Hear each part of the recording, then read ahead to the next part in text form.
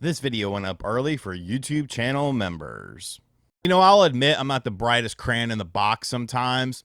And I was thinking, like, why am I filming over there where, like, the camera isn't as good and the lighting isn't as good and the audio isn't as good when I could just sit here and do these collection videos? So we've moved it. I've improved upon things. But today we're going to be talking about my Nintendo DS collection. Small but mighty. And all of the stories behind the games that I kept, because as you are well aware, this is a series where all of the games that I have in my collection, as far as retro systems are concerned, I would say a vast majority of them, over 90%, have a story behind them. So when it comes to the Nintendo DS, initially I was not interested in it. I was a freshman at community college, and my buddy Malat, his girlfriend actually bought him a DS, and he calls me up. He's like, "Yo, bro, you gotta check this out." I was like, "Nah, that shit's whack, dog. I don't. Who cares? Like, I don't know. It looks kiddie. It looks stupid." He was like, "No, you gotta come through. You gotta come through." So I went over to his place, and he's showing me the DS. I'm like, "Eh." And he pops in the Metroid Prime Hunters demo that came with the first batch of Nintendo DS systems. And Samus is like crouched on the bottom screen, and then she stands up and it goes across two screens. And that was it. I was like, oh, I get it now. This is so rad. So I called around trying to find a DS because I wanted to get one. And everywhere was sold out. The next day, I started calling around again, and I found one in a town like 40 minutes away at a place called Sam Goody, which was a store that would sell like music and video games and stuff like that.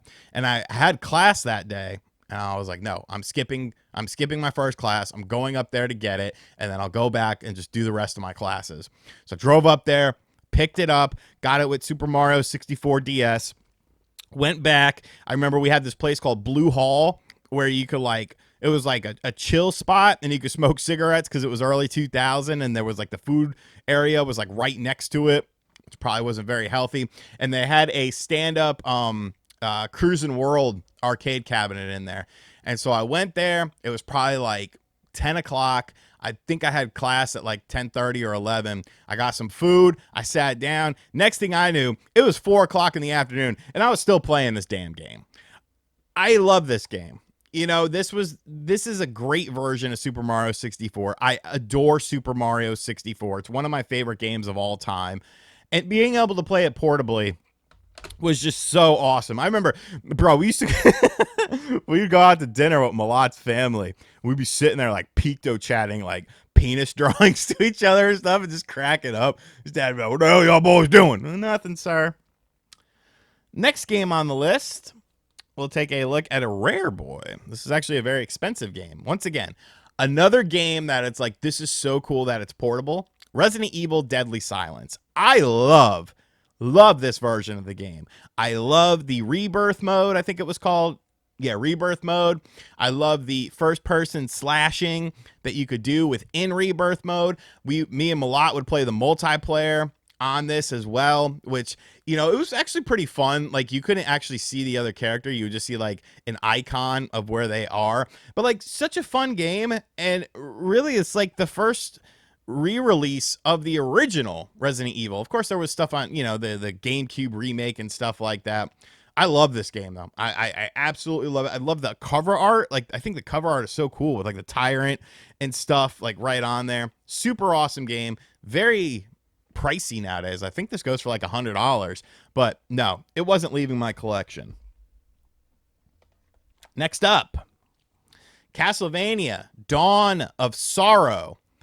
I will say that this is my favorite Castlevania of all time because I feel like it was like a portable symphony of the night, because you had this huge area. You had great music. I didn't like the seals where you had to draw. It was kind of corny. But you have all these different, spirits or whatever the hell they're called that you have to catch, and all of them give you different abilities or different attacks and stuff like that. So now you want to, the souls. You want to capture all the souls. There's a very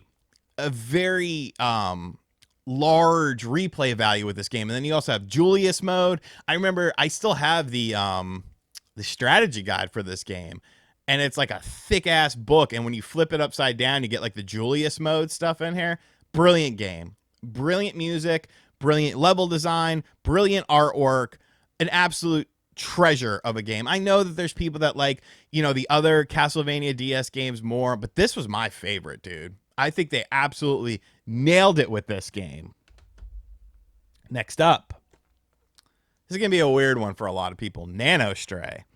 Now, the reason that Nanostray is in my collection is because me and Mr. Malott they had an online leaderboard where when you played in arcade mode, you would get a score, and then you could submit it to nanostray.com, as it says on the back here, and you could get on the leaderboard. Level 1 was called the Mitsiran Jungle.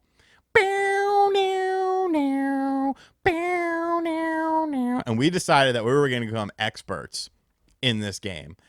He ended up getting, I think he ended up at one point, he was in first place, like overall. I was always in the top 10. I think the highest I ever got was like top 5. But then they ended up, like, people found a way to hack the leaderboard, so it didn't freaking matter.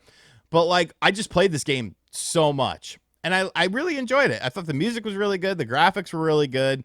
It's a fun vertical shoot 'em up game. They made a sequel as well, but this one's the game that I always remember.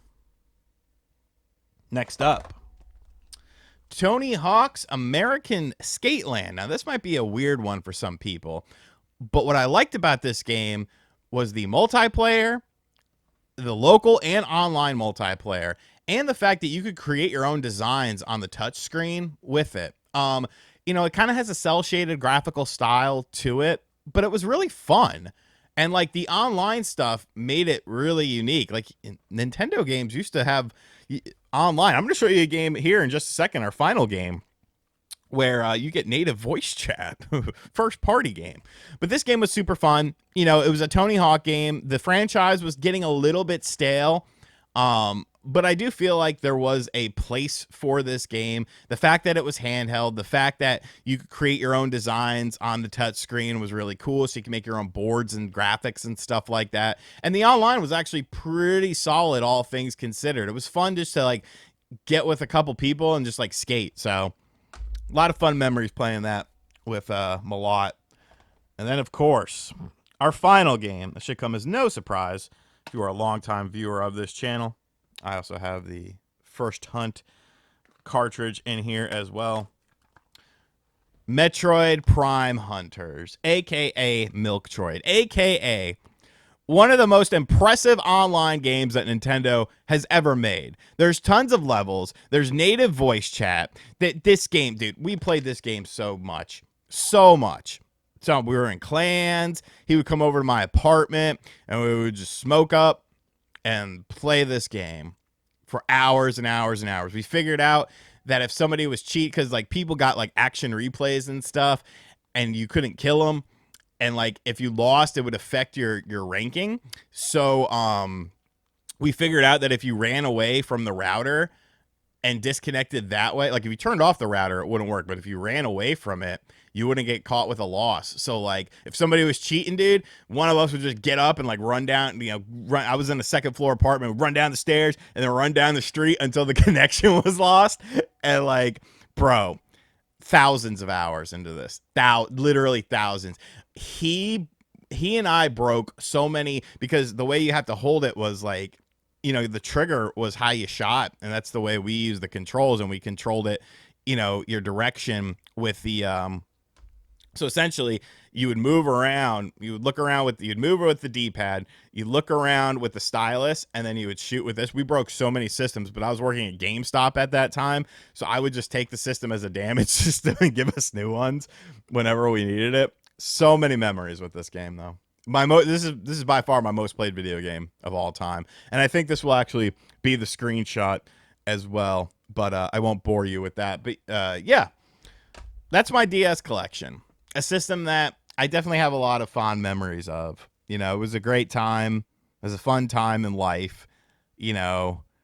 After high school, starting college, which I didn't finish college, but, getting my first apartment and stuff like that, being out there on my own. It was an interesting time in life, and I feel like the DS was definitely a part of that. I used to bring that freaking thing everywhere. So that's a look at my DS collection. I know people are going to be like, why isn't this game in here? Probably because I don't have an emotional attachment to it. I could have kept Fantasy Star Zero. I actually played that game a lot online. But yeah, let me know if you have any memories with these games here. And thanks for watching this video, pal. Went up first for members. Become a channel member today. Later.